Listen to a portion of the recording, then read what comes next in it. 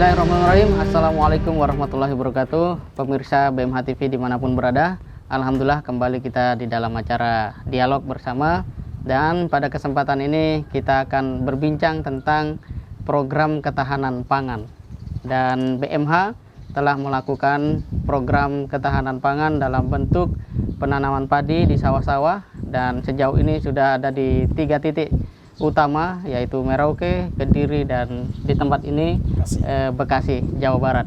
Dan seperti apakah program ini bergulir, kemudian bagaimana ke depan akan menjadi sebuah bagian dari kekuatan umat, terutama dalam rangka untuk menjadikan pesantren-pesantren yang ada atau menjadi binaan BMH ini memiliki ketahanan pangan. Sudah hadir bersama kita, di tengah-tengah kita ada Ustadz Ahmad Furqon. Beliau adalah pengasuh pesantren di sini, sekaligus penanggung jawab program ketahanan pangan di Bekasi. Kemudian ada Mas Firman, beliau adalah CVO dari BMH Pusat. Dan pada kesempatan ini kita akan coba memberikan sebuah menggali sebuah pengalaman sekaligus misi dari program ini. Kita pertama langsung ke Mas Firman ini. Mas Firman, apa ini panen berkah? Artinya sudah ada sebuah proses yang dilakukan, dan mengapa memilih ketahanan pangan dalam bentuk padi? Mungkin ada sebuah latar belakang tertentu yang kira-kira publik atau masyarakat perlu tahu nih, bahwa program ini memiliki nilai strategis bagi umat, bangsa, dan negara. Baik, terima kasih Mas Imam. Alhamdulillah, program tahanan pangan ini kita pilih untuk memberikan support ya, dukungan kepada para pesantren di seluruh Indonesia. Kita harapkan begitu di seluruh Indonesia. Adapun padi, komunitas padi kita pilih ya karena makanan pokok di Indonesia itu masih beras. Ya. Makanan pokok di Indonesia masih beras. Belum ada akan ada berubah. Walau nanti akan berubah ke singkong dan lain sebagainya. Setelah padi sukses. Ya. Jadi mudah-mudahan karena makanan pokok ini masih beras, kita masih fokus di penanaman padi, gitu ya. Dan ke depan, insya Allah kita juga akan mengembangkan jagungnya, gitu ya, singkongnya, kemudian apalagi ya, tanaman-tanaman sagu yang mungkin di daerah-daerah timur itu ya, Papua, menjadi kekayaan lokal, ya, ini kekayaan lokal. Dan bukan hanya padi sebenarnya yang kita ini kan. Ini adalah ada sawah, ada perkebunan, ya, kemudian ada peternakan dan perikanan. Iya. Gitu. Kalau diambil pesantren sebagai langkah awal gitu ya, kira-kira efek apa ini yang diharap ketika misalnya setiap pesantren punya sawah minimal 1 hektar, itu kan luar biasa. Apakah ini juga nanti akan merambat nih ke pemberdayaan masyarakat sekitar pesantren, dan bagaimana nanti ke depannya misalnya? Ya, betul sekali. Kenapa kita memilih pesantren? Karena satu, BMH punya ciri khas berbasis dakwah. Aktivitas kegiatan kita itu berbasis dakwah. Pesantren kita ambil karena kita ingin mengambil berkah di sana. Masya Allah. Ya. Wah, di santri-santrinya Ustadz Furqon ini berapa santri yang hafal Quran kan? Dari sekian padi yang tumbuh menjadi beras, ya, gabah, terus kemudian beras dan dimakan oleh para santri. Mudah-mudahan itu menjadi keberkahan sendiri. Amin. Baik bagi kami BMH maupun para donatur nih yang memberikan bantuannya kepada program-program kita. Jadi, kemudian karena pesantren itu juga berada di lingkungan masyarakat, kita berharap juga bagaimana program ini juga memberikan dampak kepada masyarakat sekitar, gitu ya. Kayak tadi kan kita melihat bahwa yang membantu untuk melakukan panen padi itu adalah warga sekitar, ya. Sehingga warga sekitar juga bisa mendapatkan manfaatnya nanti dari situ. Gitu. Jadi dari pesantren ke masyarakat, dan terus meluas, gitu ya, Mas. Dari pesantren, masyarakat, dan untuk umat nanti. Ya, ini Ustadz Ahmad Furqon ini. Waktu pertama kali ditemui BMH, terus punya program ketahanan pangan, ngurus sawah. Ini menurut Ustadz Furqon, program kok sawah, keren apa enggak sih? Gitu. Apalagi kan adik-adik santri kan termasuk anak-anak milenial nih. Saya dengar juga terlibat dan dilibatkan kan? Nah, bagaimana itu Ustadz Furqon? Jadi ketika awal ada program ketahanan pangan santri dan mengacu kepada komoditi padi, tentunya ya kami, terutama kami pribadi ya, selaku pengurus pesantren, tentunya yang pertama juga kaget karena memang sebenarnya itu sudah menjadi harapan besar kami. Oh, sudah jadi mimpi berarti ya? Sudah punya mimpi kita. Oh, Masya Allah. Bagaimana seluruh sawah yang ada di sekitar pesantren menjadi benar-benar lahan yang diolah pesantren. Masya Allah. Sehingga secara kemanfaatannya lebih luas. Masya Allah. Gitu kan? Nah, artinya apa? Inilah yang menjadi harapan kami daripada pesantren dengan adanya program dari BMH ini menjadi sesuatu harapan baru sebenarnya. Untuk kami mendidik lebih banyak lagi santri yang kita bekali dengan entrepreneur berupa pertanian. Masya Allah. Ya, terkhusus di sini adalah komoditi padi. Sehingga semua santri, baik yang SMP ataupun SMA, kita perkenalkan dari awal. Ya, bagaimana mulai pengolahan lahan, kemudian bagaimana mulai pembenihan, ya, berapa umur pembenihan, sampai pada masa penanaman. Ya. Kemudian setelah mulai masa penanaman, kemudian masuk kita kepada pemupukan. Ya, di sini kita masih 50-50, ada organik, kemudian pupuk pestisida yang lainnya. Ya, 50-50 kita kasih. Sampai penyemprotan atau penanggulangan hama, ya, anak-anak semua yang turun. Ya, mereka pelepotan dengan lumpur, ya, dan itu menjadi suatu kesan yang mungkin sangat berharga buat anak-anak. Ada yang protes nggak? Tidak ada, hampir tidak ada. Bahkan yang yang tidak dilibatkan ikut terlibat. Justru ingin terlibat. Ya. Bagaimana ketika kita pertama kali pengolahan sawah, yang kecil-kecil juga kita libatkan, ternyata mereka ikut semua turun ke sawah sampai ya hampir semuanya turun. Sehingga yang harusnya dikerjakan itu 2 hari 3 hari cukup 1 hari selesai. Dasar. Wah, Masya Allah. Jadi anak milenial ternyata suka juga sama ya? Suka. Ya. Bahkan mungkin mereka lebih cenderung ketika di pesantren ini, istilah kata itu lebih senang mereka dengan alam. Karena memang ketika di dunia mereka, di perkotaan sana, ada yang dari kota, yang dari luar daerah pun demikian, yang mereka jumpai jarang yang seperti ini. Mereka hanya bisa menyaksikan, mungkin menyaksikan saudaranya panen, saudaranya menanam, tapi tidak terjun langsung karena mungkin dikira tidak bisa atau belum mampu gitu kan. Tapi dengan di sini mereka kita libatkan, praktek langsung sehingga benar-benar mereka merasakan itu. Tapi nggak mengganggu apa target mereka menghafal tetap gitu. Tidak mengganggu. Artinya apa? Kita rolling. Nah, ketika masa-masa pengolahan tanah itu kita libatkan itu di waktu-waktu mereka libur, libatkan semua. Untuk perawatan harian dan seterusnya itu kita rolling. Jadi setiap hari ada 3 anak untuk turun ke lapangan. Nah, ini kan bergulir. Nah, ini kan sekarang panen nih, Sat. Ya. Nah, apa ini yang dirasakan sekarang ini? Wah, bahagia sekali ya. Artinya ini panen perdana program kami gitu kan, dengan BMA dan teman-teman yang lainnya. Ini sangat menggembirakan. Artinya apa? Ditambah masa-masa yang sangat-sangat ya memprihatinkan hari ini sangat membantu sekali. Bahkan kami, subhanallah, mungkin di antara pesantren-pesantren yang lainnya, kami yang merasa yang katakanlah tidak terdampak sebenarnya secara ketahanan pangan, karena memang ya sudah tersedia gitu kan. Sudah Allah sediakan, alhamdulillah. Dan memang di waktu yang sangat tepat.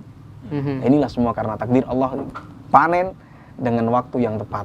Mau lebaran di tengah wabah corona. Dahsyat. Nah, ini ternyata BMH dengan tawaran program atau beberapa programnya itu ternyata banyak yang sudah jadi mimpi banyak pihak gitu. Artinya ini tantangan buat BMH untuk memang lakukan ekspansi ya. Ya, melakukan penyebar luasan program ini. Nah, secara nasional apakah memang ini nanti ada semacam langkah-langkah tertentu untuk kemudian menjadikan, misalnya kalau Jawa Barat mulai dari Bekasi, mungkin setelah ini akan diikuti oleh beberapa titik.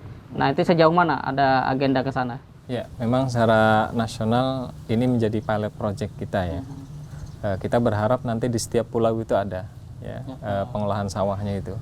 Di Jawa mungkin nanti di Jawa Barat, Jawa Tengah ya, kemudian di Jawa Timur, Di Sumatera itu nanti kita bisa berharap di Lampung, kemudian di mana Riau dan lain sebagainya. Kita mengharap ada titik-titik tertentu di mana itu akan menjadi lumbung-lumbung padi kita yang diharapkan bisa memberikan support pengadaan pangan lokal.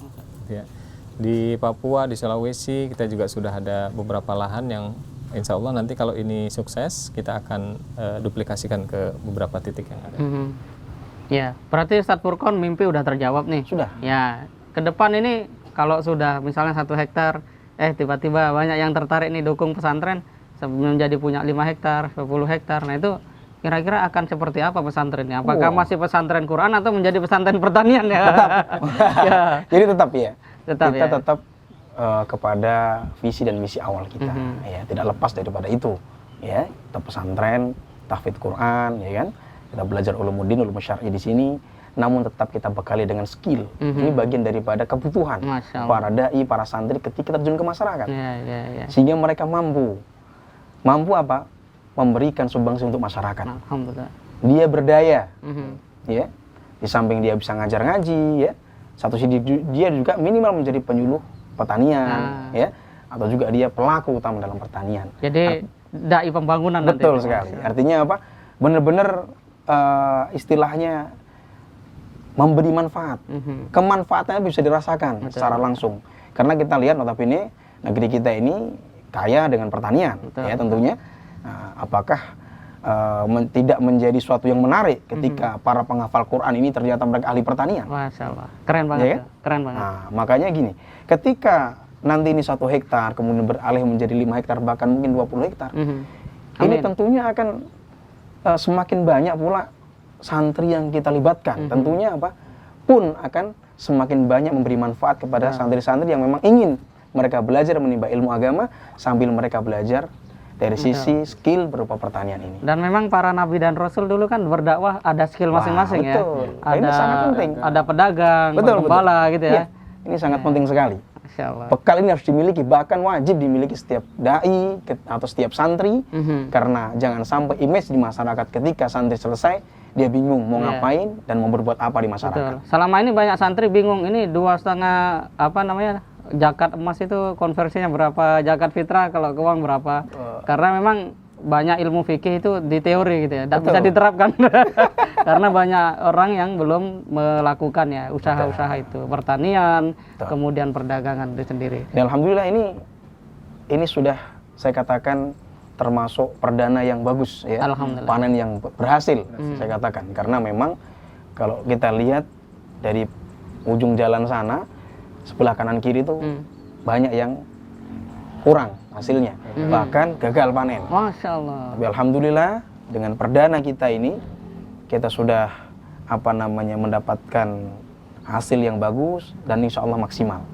Itu bisa berapa lama nanti sekali panen ini untuk ketahanan pesantren? Kalau kisaran 1 hektar ini ya, kalau untuk padinya sekitar 6-7 ton ya, itu pula nanti kalau sudah dia menjadi beras kemungkinan 70-30 ya, 70% beras, 30 untuk kulitnya. Artinya kemungkinan itu bisa sampai angka 4 ton itu beras ya, 4 ton sampai 5 ton itu beras gitu kan. Nah, konsumsi santri kalau katakanlah 100 orang mungkin kita tampung gitu kan, itu ketika paling tidak 1 bulan itu habis kurang lebih 1 ton ya. Artinya itu bisa mensuplai sekitar ya 4-5 bulan. 4 bulan. Artinya sebelum panen lagi sudah. Ya. Ini sebelum baru habis panen lagi gitu ya. Ini baru 1 hektar. Iya. Bagaimana kita bisa bayangin kalau 5 hektar, ya, apakah tidak bisa mensuplai pesantren-pesantren yang lain? Tentunya pasti bisa. Betul. Gitu, Jadi sampai masyarakat banyak yang dilibatkan. Otomatis semakin banyak kita lahan, maka semakin banyak pula kemanfaatannya buat masyarakat sekitar dan pesantren-pesantren yang ada di sekitar. Dahsyat. Jadi sebuah program yang nampaknya sederhana tapi ternyata memiliki efek mata rantai manfaat yang sangat luar biasa. Betul. Dahsyat. Nah, ini Mas Firman, dengan situasi yang sangat menggembirakan seperti ini kan tentu semakin banyak yang dilibatkan pesantren akan banyak semakin kebahagiaan itu kan. Dan ini berarti akan mendorong orang mengerti bahwa kalau zakat di BMH itu seperti ini gitu ya. Butiran-butiran beras yang jadi darah dan daging anak-anak santri penghafal kan sangat luar biasa. Nah, ini strateginya seperti apa agar konteks sosialisasinya bisa masif sehingga masyarakat itu dapat berbondong-bondong ya, ataupun rame-rame gitu mendukung program ini. Rencana BMH kan pasti harus menarik gitu. Nah, sejauh ini bagaimana itu? Makanya kita ingin menjadikan ini sebagai pilot project, bahwa bukti keberhasilan ya. Ketika keberhasilan itu bisa dilihat, insya Allah nanti para donatur juga akan merasakan gitu ya. Ternyata dana yang kami sumbangkan itu punya efek yang sangat luar biasa. Ya, kami berharap juga itu ada dari efek ini, kami berharap ada efek dari lisan ke lisan, dari mulut ke mulut. Saya ke BMH ini loh, ini apa namanya, dampak yang diberikan oleh BMH seperti ini. Nah, kita berharap seperti itu. Jadi Ya, minimal dari situ, betul, menggerakkan orang untuk bisa berbagi dan lain sebagainya.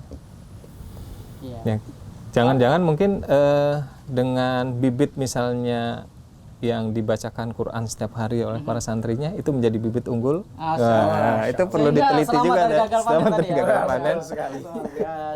Ada apa pengaruh ruhiyah? Wah, itu pasti. Pasti. Ya. Artinya apa? Berbeda.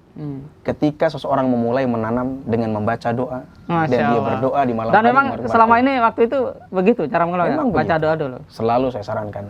Terus dengan membaca Bismillah. Apa yang bagaimana caranya memotivasi adik-adik santri itu kok rame-rame ke sawah gitu kan? Artinya ada rasa senang. Itu bagaimana cara pengasuh pesantren memotivasi adik-adik? Iya.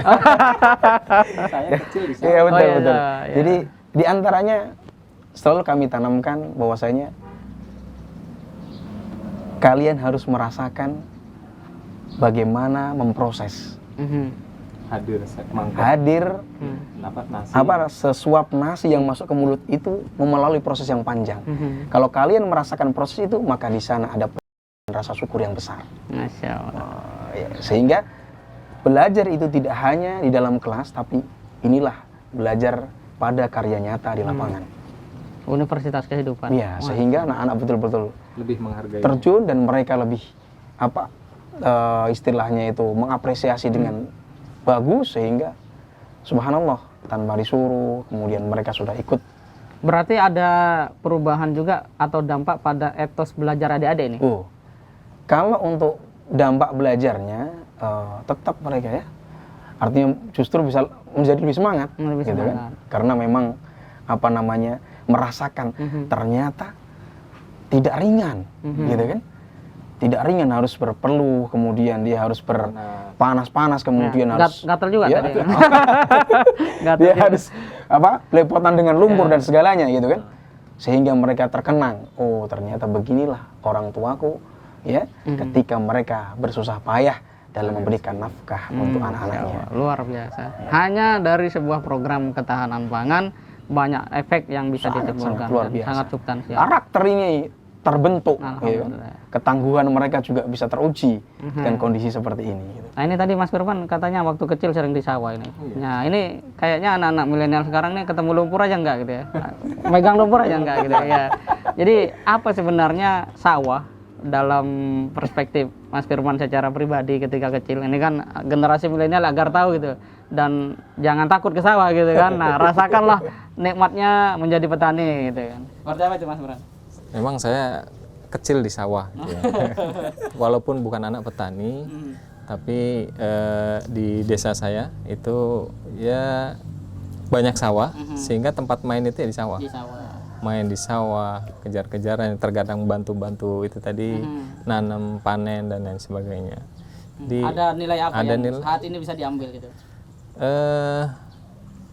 Kerjasama yang luar biasa dulu. Jadi kalau dulu ya, yang satu panen, mereka kan punya lahan masing-masing ya. Ini yang panen duluan, rame-rame gotong royong untuk manen di situ. Nanti gantian yang sini panen, yang dulu sini pindah lagi ke sini panennya. Jadi gotong royong tuh nggak cukup diserukan sebenarnya. Nggak perlu diserukan. Lewat ke sawah orang gotong royong sendiri. Karena kesadaran masyarakat pada saat itu sangat bagus sekali, sangat tinggi. Jadi kalau mau menjadi bangsa yang kuat, memang harus sawah ini ya. Selain ketahanan pangan yang kuat, kerukunannya juga. Keren banget ini sawah ini. Dari sawah. Dari sawah itulah. Nah, Ustaz Furqon, ini dalam perspektif Quran, Nabi Yusuf itu kan dikisahkan menyelamatkan krisis pangan ya bangsa Mesir itu dari pertanian dan peternakan gitu. Nah ini bagaimana yang ditangkap oleh Ustadz Furqon, konsepsinya termasuk relevansinya ya, kesesuaiannya dengan kondisi sekarang, karena memang ini mohon maaf di banyak tempat itu sudah ada orang yang setiap hari itu udah pikirannya saya bisa makan apa enggak. Nah ini kalau terjadi terus kan luar biasa ini. Artinya seperti apa sebenarnya, siapa tahu ini nanti didengar oleh orang-orang berpengaruh sehingga oh inspirasi dari sini dia bisa jalankan gitu, karena semata-mata untuk kemaslahatan umat dan negara kita. Seperti apa Ustadz Furqon memaknai sejarah Nabi Yusuf itu krisis ya dalam menangani krisis pangan itu? Kalau melihat kondisi dan situasi ya, kembali memang yang bisa kami ambil dan mensinkronkan dengan kondisi saat ini dengan kondisi Nabi Yusuf ketika mempersiapkan ya umatnya ketika itu menghadapi paceklik yang begitu luar biasa, panjang sekali gitu kan. Artinya apa? Belum ada kata terlambat untuk kita ya. Barangkali ini baru titik awal mulanya kondisi seperti ini ya, karena kita belum bisa tahu pasti ya apakah akan kembali normal atau justru bisa lebih menjadi. Nah, maka konsepsi yang kami tawarkan ya, diantaranya sebagaimana Nabi Yusuf dahulu, bagaimana beliau menanam sebanyak-banyaknya gitu kan, kemudian menyediakan tempat penyimpanan yang seluas-luasnya gitu kan, kemudian dengan cara menghemat sehemat-hematnya gitu kan, sehingga bisa merata dan menyeluruh seperti itu. Sehingga kalau kita aplikasikan kepada konsepsi ketahanan pangan di tempat kita, terutama sawah ini, maka ini sudah menjadi suatu yang konsep dan program yang tepat sebenarnya, gitu kan? Bagaimana tidak? Ketika satu kali panen saja, mohon maaf katakanlah, ketika satu kali panen saja mampu mensuplai atau mampu ya sekitar 4 bulan, katakanlah 100 orang ya, stok pangan ya, stok pangan untuk 4 bulan gitu, katakanlah ya, katakan pokok. Bagaimana kalau stok itu ternyata lebih banyak dan lebih banyak lagi, ya kan? Kemudian bisa juga nanti ketika ini benar-benar sudah bergulir konsep ini, kita bantu masyarakat yang terdampak tentunya, gitu kan, dengan bantuan-bantuan daripada program sawah atau ketahanan pangan kita, sehingga sangat-sangat luas sekali kemanfaatannya itu, ya. Atau lagi bisa kita juga dengan katakanlah dengan harga yang terjangkau, mungkin untuk kalangan menengah ke atas barangkali, gitu kan, ya, dengan harga terjangkau, komoditi kualitas padi yang bagus, gitu. Ditanam kan? Dengan doa, gitu. Dipanen dengan doa. Ada keberkahan di sana, keberkahan tersendiri di sana, sehingga apa yang dialami Nabi Yusuf pun sebenarnya bisa kita terapkan dan aplikasikan, sehingga kita tanam sebanyak-banyaknya, kemudian kita siapkan tempat seluas-luasnya, gitu kan. Kemudian kita atur regulasi perputarannya, sehingga ketika stok ini sudah mulai keluar separuh, sudah ada yang siap panen. Sehingga terus berputar. Dahsyat, luar biasa. Seperti itu. Visioner sekali nih pemikiran Ustadz Furqon ini. Nah, ini tantangan buat BMH ini. Inovasinya kayak apa ini kira-kira? Artinya dengan sebuah skema seperti itu, mungkin ada sebuah rencana inovasi ya dari BMH ya, terkait percepatan mungkin ya, ataupun baik dari konteks perluasan maupun perolehan produktivitas hasil panen itu sendiri. Nah, itu seperti apa itu Mas Furqon? Kita sedang melakukan komunikasi dengan ahli biologi untuk bisa memberikan support terhadap sawah-sawah kita. Kalau ini tadi bilangnya 1 hektar itu bisa 7 ton, ahli yang kita hubungi ini bisa memberikan gambaran untuk 1 hektarnya itu nanti bisa sampai 12 sampai 13 ton. Masya Allah. Kayak apa padinya itu ya? Jadi ini juga mungkin nanti akan jadi lab percobaan di sini juga ya, jadi lab. Kalau sekarang ini kita panen 6 sampai 7 ton gabah, dengan memberikan pupuk-pupuk organik yang nanti akan dihasilkan ini, itu kita berharap benar tidak bisa mencapai 13 sampai 14 ton itu. Kalau itu bisa terrealisasi sangat luar biasa. Luar biasa. Sehingga efek percepatan dan ketahanan pangan kita tuh jauh lebih cepat lagi. Lebih efisien. Lebih efisien waktunya. Tanahnya Betul. juga akan lebih Tanahnya lebih subur. lebih subur gitu kan. sebagainya. Jadi ada dua hal yang menarik. Pertama, mimpi terwujud, inovasi ketemu. Inovasi harus tetap dijalankan. Ya, betul. Artinya proses percepatan ke depan tuh kayaknya sangat mungkin banget Betul. ya. Sangat mungkin banget. Nah, ini tapi kan soal gini. Orang kan pertama secara kultur kalau anak-anak muda itu jadi petani itu udah agak keren gitu kan. Yang kedua, apa sih untungnya jadi petani? Maksudnya kan kadang panen tapi harga beras itu anjlok. Nah, kayak gitu. Nah, kalau kita kan memang basis pesantren ya. Kira-kira kalau misalnya ini ada kelompok tani kemudian ingin dimentoring oleh BMH dalam program yang sama, seperti apa itu kira-kira?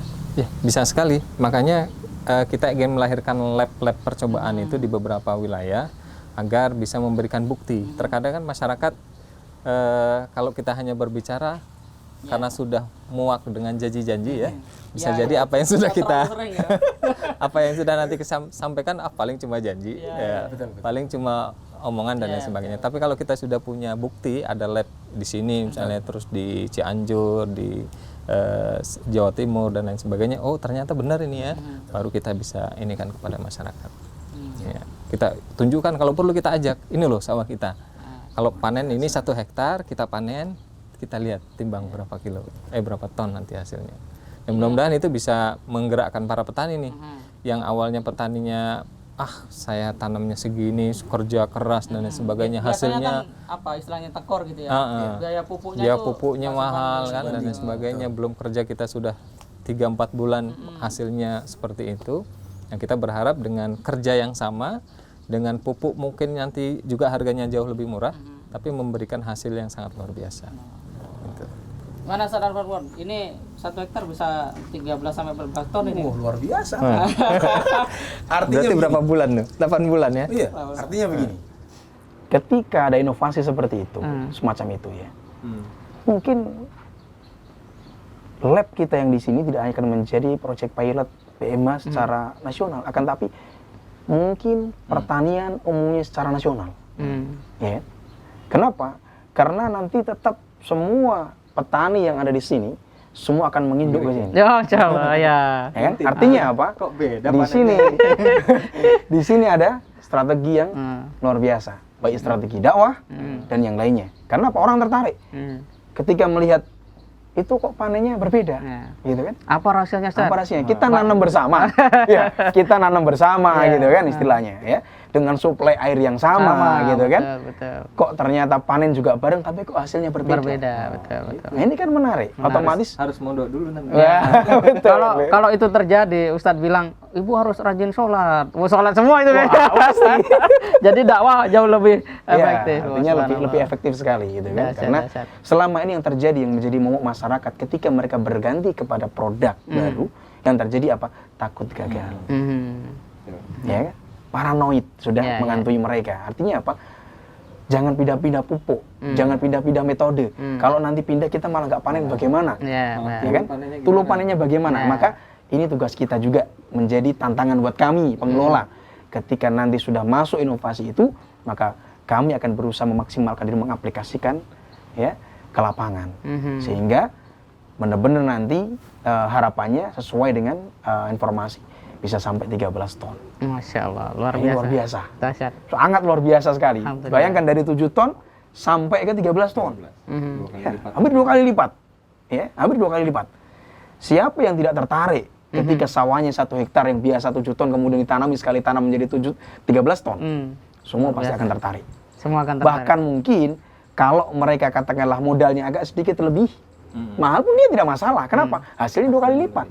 Dengan modal yang sama saja bisa 2 kali lipat. Gitu kan? Nah, apalagi lebih dari yang sama. Yang sama. Baik pemirsa BMH TV, ini adalah sebuah perbincangan yang sangat luar biasa, berbasis dari sebuah program di sektor real, ada basis historisnya di dalam Al-Quran yaitu Nabi Yusuf, kemudian dalam konteks Indonesia juga sama. Kalau kita pelajari sejarah, Indonesia ini pernah dijajah dan ketika itu dunia belum begitu mengenal dunia pertambangan, sehingga tidak banyak perut bumi itu yang digali. lewat punggung bumi saja. Dan lewat namanya politik tanam paksa, itu Belanda bisa surplus.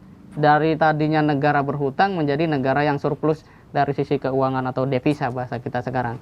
Ini berarti bahwa bangsa Indonesia nilai kekuatan yang paling besar ada pada agrarianya gitu ya. Ada pada aneka tanamannya.